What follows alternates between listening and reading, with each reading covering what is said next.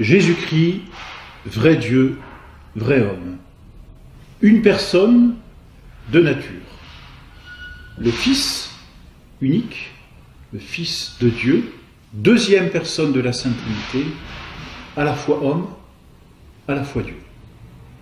Mystère de l'incarnation. Mystère que notre Seigneur a exposé lui-même. Il a affirmé et son humanité et sa divinité. Il a affirmé sa divinité, et c'était surtout cela qu'il fallait affirmer, parce qu'elle était invisible aux yeux des hommes. Il a affirmé sa divinité en se donnant, en s'attribuant les pouvoirs, les droits, les honneurs de Dieu. Père, glorifiez-moi.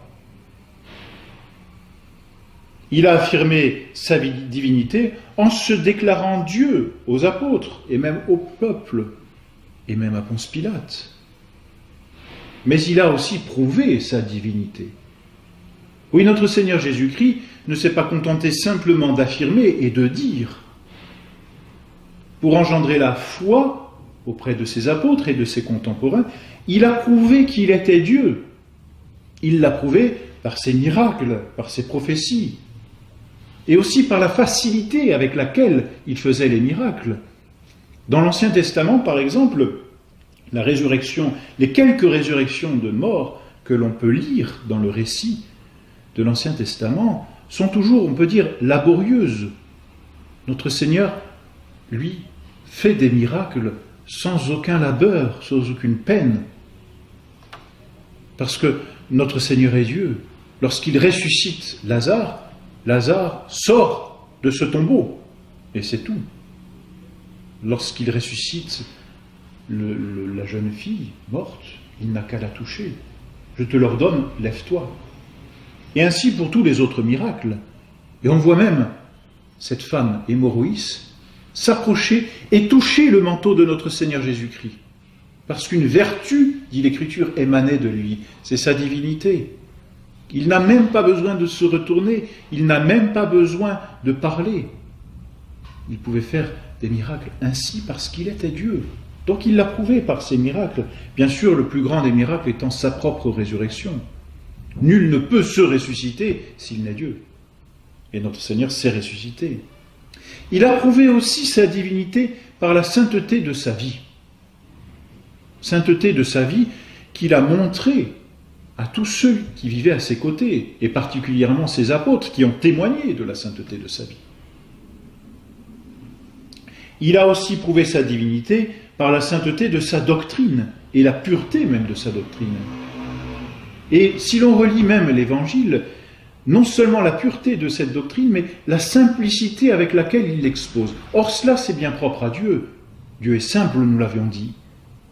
Et notre Seigneur, lorsqu'il expose sa doctrine par les paraboles, l'expose avec une simplicité presque désarmante.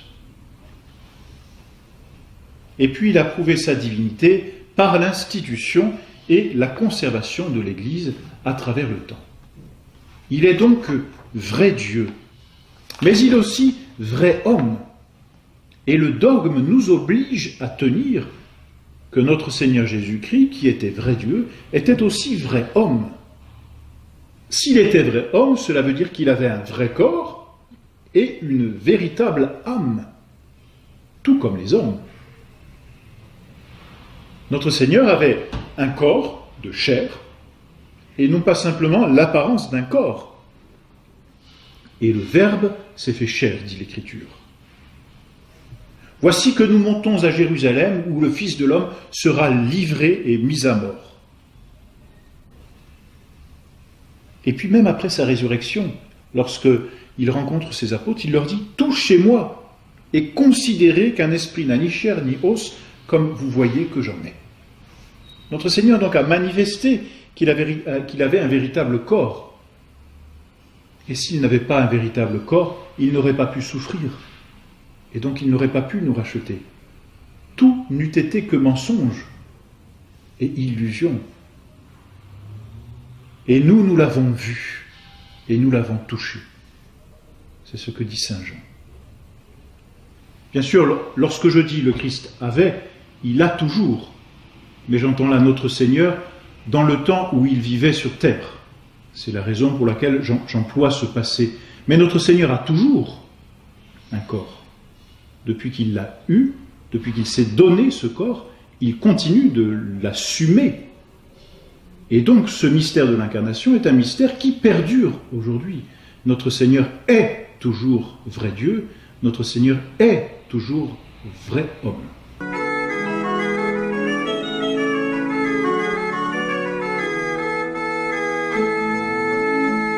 Et notre Seigneur ainsi avait aussi une véritable âme, une âme humaine comme nous, une âme humaine qui animait son corps, une âme humaine qui a éprouvé, comme nous, de véritables passions. Mon âme est triste jusqu'à la mort. Or, c'est l'âme qui éprouve la tristesse. J'ai le pouvoir, dit encore notre Seigneur, de déposer mon âme. Ou mieux, mon Père, Père, entre vos mains, je remets mon esprit, c'est-à-dire mon âme. Notre Seigneur Jésus-Christ avait donc un véritable corps par lequel il a souffert et une véritable âme qui a fait vivre son corps et par laquelle il a éprouvé aussi la tristesse. L'amour, ce disciple que Jésus préférait, dit saint Jean en parlant de lui. Notre Seigneur a éprouvé de véritables passions, de bonnes passions non désordonnées, mais il les a éprouvées dans son âme. Et son âme, par contre, n'a pas connu le péché. Elle était pleine de grâce et de vérité, dit saint Jean. Plenum gratiae et veritatis. Pleine de grâce et de vérité. Notre Seigneur avait dans son âme la grâce, et avec la grâce, toutes les vertus et les dons du Saint-Esprit. Isaïe, du reste, a prophétisé de notre Seigneur Jésus-Christ en disant « L'Esprit du Seigneur repose sur lui, esprit de sagesse et d'intelligence, esprit de conseil et de force, esprit de science et de piété. » Il avait donc les dons du Saint-Esprit. Il avait la grâce, il avait les vertus. Ah, il n'avait pas la foi. Notre Seigneur Jésus-Christ n'avait pas la foi. Mais c'est normal. Il voyait Dieu face à face. On n'a plus besoin de croire ce que l'on voit. Tant que l'on ne voit pas Dieu, on est obligé de croire. Tant que l'on ne contemple pas les mystères de Dieu, on est obligé d'y croire. Notre Seigneur était Dieu. Alors il n'avait pas besoin de croire. Je suis Dieu. Je suis la vie. Je suis la vérité. Donc notre Seigneur n'avait pas besoin de croire. Il avait plus que la foi, il avait la vision béatifique. Il voyait. Il est Dieu. Mais son âme voyait Dieu. C'est un mystère. Mais il avait la vision béatifique. Il n'avait pas l'espérance non plus. Parce que l'espérance est le propre de ceux qui ne possèdent pas encore. Or notre Seigneur, par la vision béatifique et du reste du simple fait qu'il était Dieu, possédait la vie éternelle en lui. Donc il n'avait pas l'espérance. En revanche, il avait la charité. Et il ne pouvait pas la perdre. Dieu est charité, c'est la définition de Dieu. Et il vivait de cette charité, puisque c'est cet amour qui l'a poussé à donner sa vie pour ceux qu'il a aimés, nous, jusqu'à mourir de façon déshonorante sur le bois de la croix. Notre Seigneur n'avait donc ni la foi, ni l'espérance, mais il avait la charité. Dans son âme, notre Seigneur avait aussi une intelligence humaine. C'est un peu mystérieux pour nous parce que, en tant que Dieu, il avait l'intelligence divine, il connaissait Dieu tel que Dieu se connaît, il se connaissait tel que Dieu se connaît, connaissance infinie, mais il avait aussi une intelligence humaine.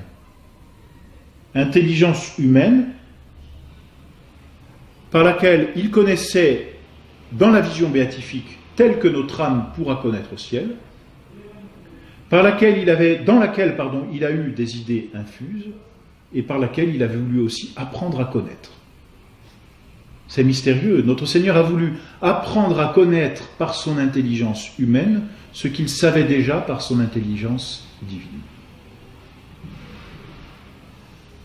Et de la même façon, notre Seigneur avait aussi une volonté humaine.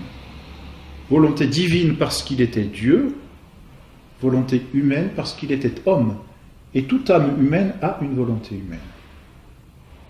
D'ailleurs, il l'a éprouvé, cette volonté humaine, lorsque, au moment de son agonie, lorsqu'il entrevoit toutes les souffrances qu'il va devoir traverser et endurer, « Père, dit-il, si vous le voulez, éloignez de moi ce calice. » Mais, ajoute-t-il, que ce ne soit pas ma volonté, c'est-à-dire ma volonté humaine, mais que ce soit votre volonté, c'est-à-dire sa volonté divine, qui se fasse. Soumettant par là à la volonté divine qu'il avait, la volonté humaine qu'il avait aussi. Dans une harmonie toute délicate et toute mystérieuse, c'est entendu. Mais voilà donc les richesses de l'âme de notre Seigneur Jésus-Christ. Une personne, mais deux natures, avec tout ce qui accompagne ces natures. Nature divine, et donc intelligence et volonté divine, mais nature humaine, corps, âme, intelligence, volonté et liberté. Si bien que notre Seigneur a pu faire des miracles parce qu'il était Dieu, mais il a pu souffrir dans son corps et dans son âme parce qu'il était homme. Il avait la vision béatifique dans son âme, mais il souffrait des tourments qu'il endurait par son corps et dans son âme. C'est le mystère de cette union des deux natures que l'on appelle l'union hypostatique, qui vient d'un mot grec hypostase, qui signifie personne. Notre Seigneur Jésus-Christ est Dieu et homme, il a donc deux natures qui sont intimement unies, mais pas mélangées pour disparaître, qui sont intimement unies dans l'unique personne, la deuxième personne de la Sainte Trinité.